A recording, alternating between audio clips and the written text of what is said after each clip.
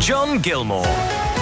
BBC Radio Cumbria and BBC Radio Lancashire. Let's welcome you to my guest this evening, international singer Gemma Doyle, versatile musical artist and live performer, appearing for audiences in the UK, the US, across Europe, Australia, Dubai, and worldwide these days. I'm pleased to say that Gemma joins me in the studio this evening. It's a while since we caught up, I think, Gemma. Yes, it's been a couple of years. We've kind of... I'm so glad that things are back full speed ahead now, or getting as they should be again. Obviously, you've missed performing for a couple of years. What did you do? How did you spend your time? Well, I had to adapt and become into quite a technical person, and I was live streaming across the world to a lot of my international fans, which is amazing in a way, because at least a lot of those got to enjoy seeing me live as they didn't before. At least there was one bright side to that. Did you spend your time writing music as well? I mean, did you fill your time, or did you get a bit fed up? No, I'm a very ambitious person, but to be honest with you, because it was a bit of a roller coaster, I was still doing what I do on a daily basis, which is, networking and trying to keep my diary full with events and things. So it kind of just, I'd get some bookings and then we weren't allowed to go ahead. So it was quite a challenging time for everybody, especially in the music industry.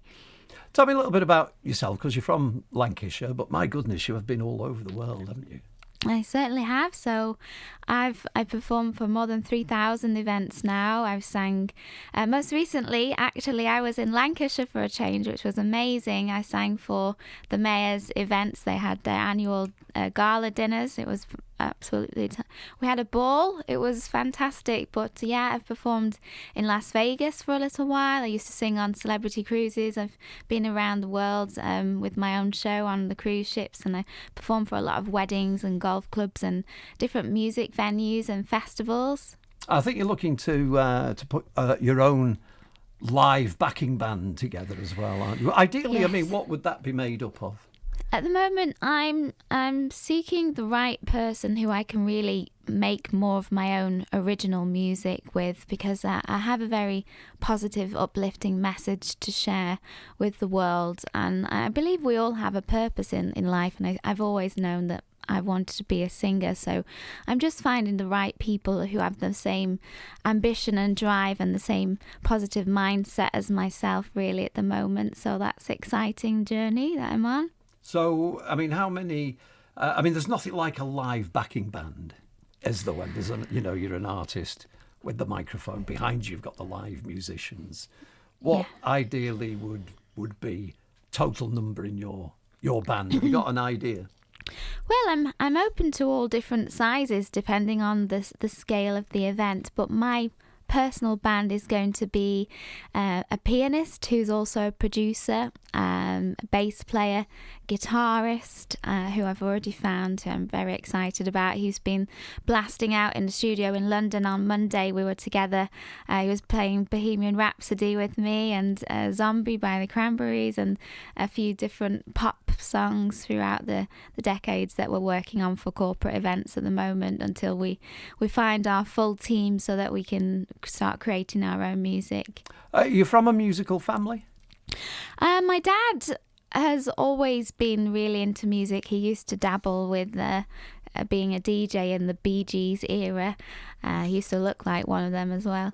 But yeah, so I think he's part of my passion for music is my dad, but I certainly can't sing any of them. And how long yourself have been making music? When did you decide, I want to do this full time?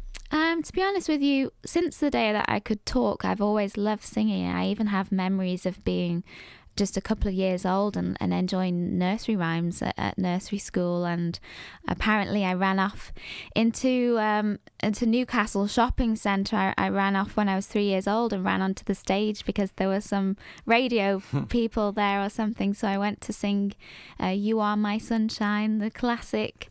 So I've always had it in me. It's always been my passion, music and singing, but it was something that that came into effect more so when I was in hospital for 5 years, and I was very, very poorly, and I was so critically ill that I wasn't allowed to do very much for a good part of my life, and singing was the only thing that people allowed me to do, and it was sort of a pastime, and it was a way of healing and getting through that long time of my life. So when I came home and I was fully recovered, which is 13 years ago now, I had the confidence to go and sing in front of people, and I started performing and winning a lot of contests around Lancashire area.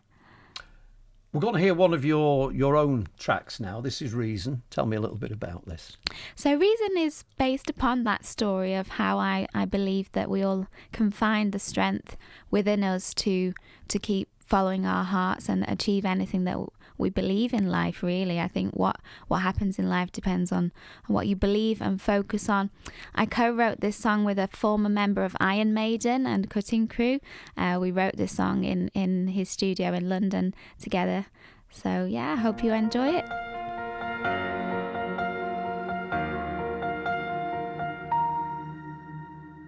And when I opened my eyes, I saw you waiting by my side, ready there to set me free.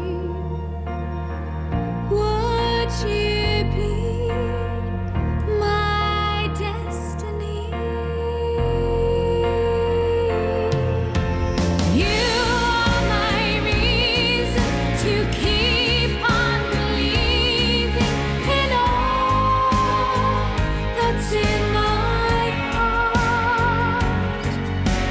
You make me stronger, no longer afraid to reveal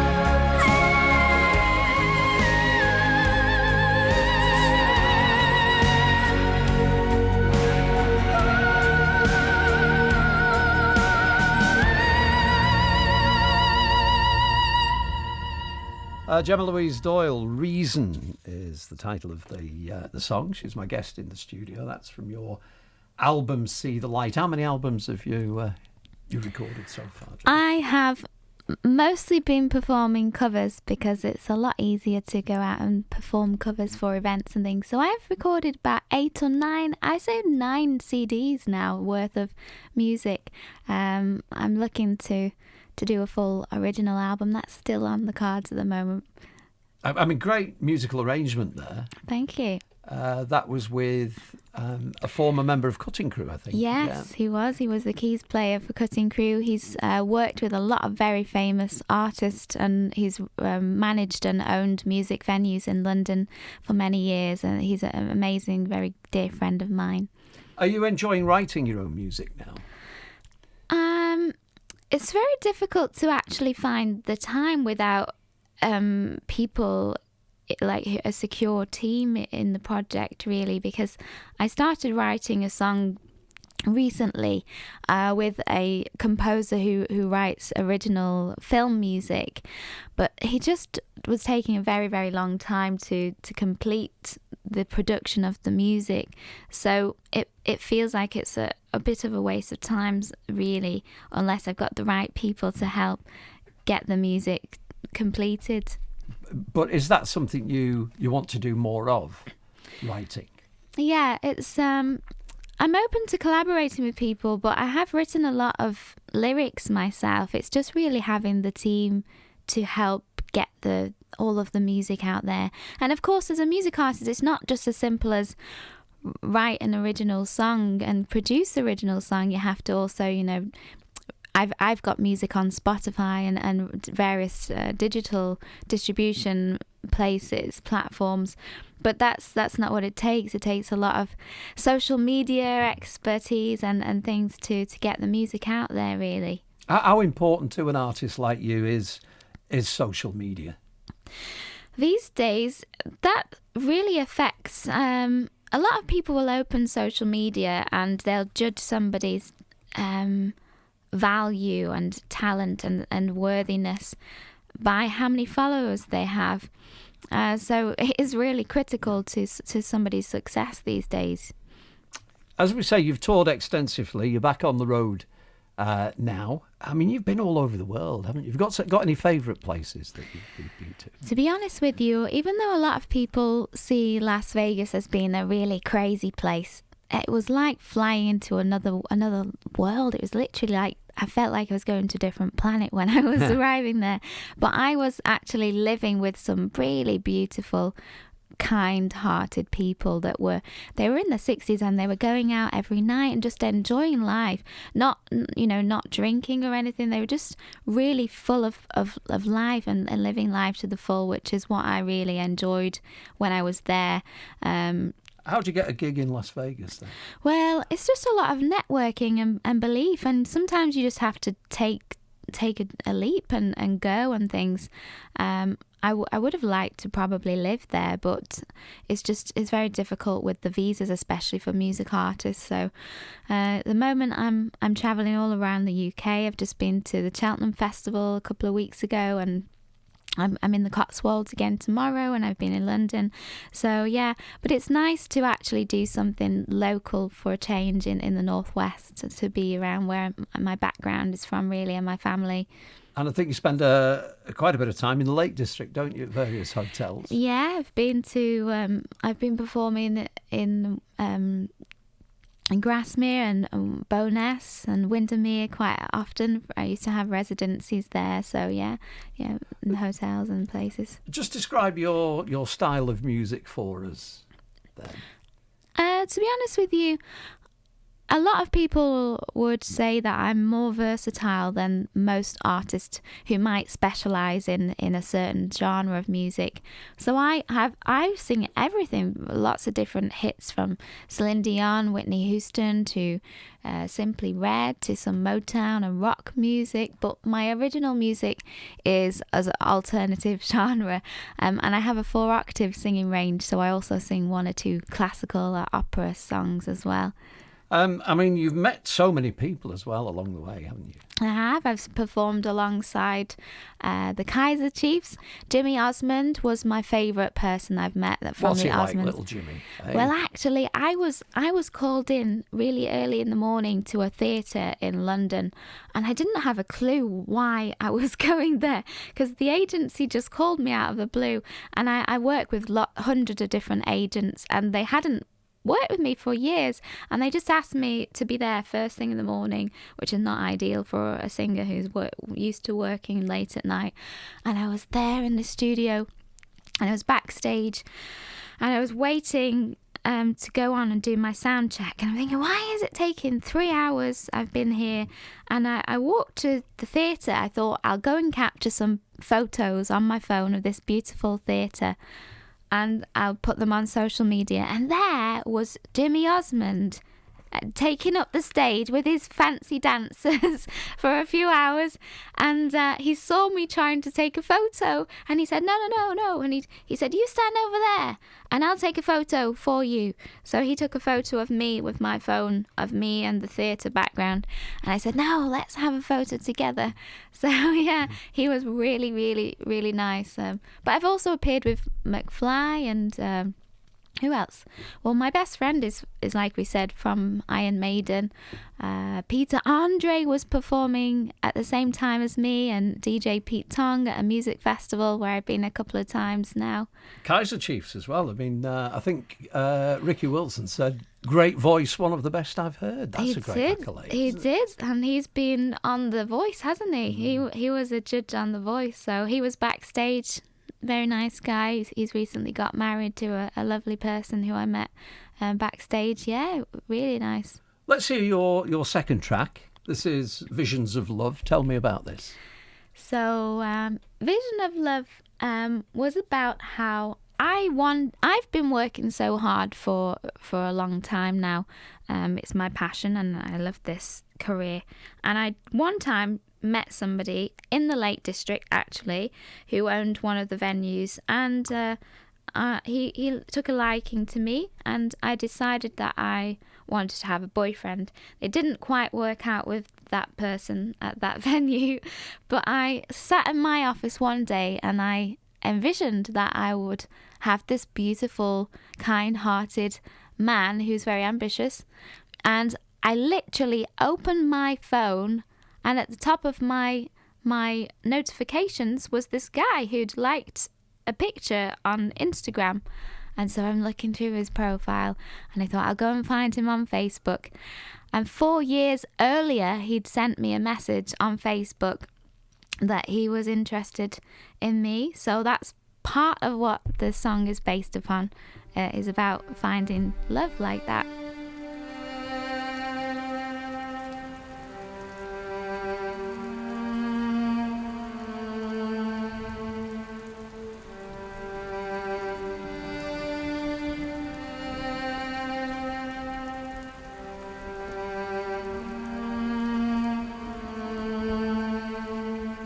I chose you to call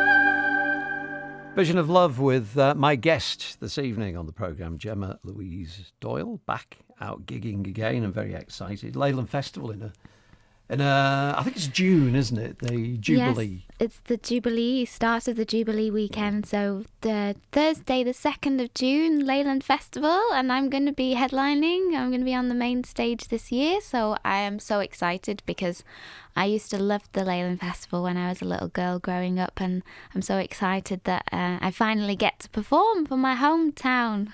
And also as well, more trips coming up abroad, because I think you like going abroad, don't you? Definitely. Yeah. Most people enjoy that. So yeah, I was in the UAE during October last year, actually. I went to one of the great wonders of the world, Petra. So yeah, that was an experience.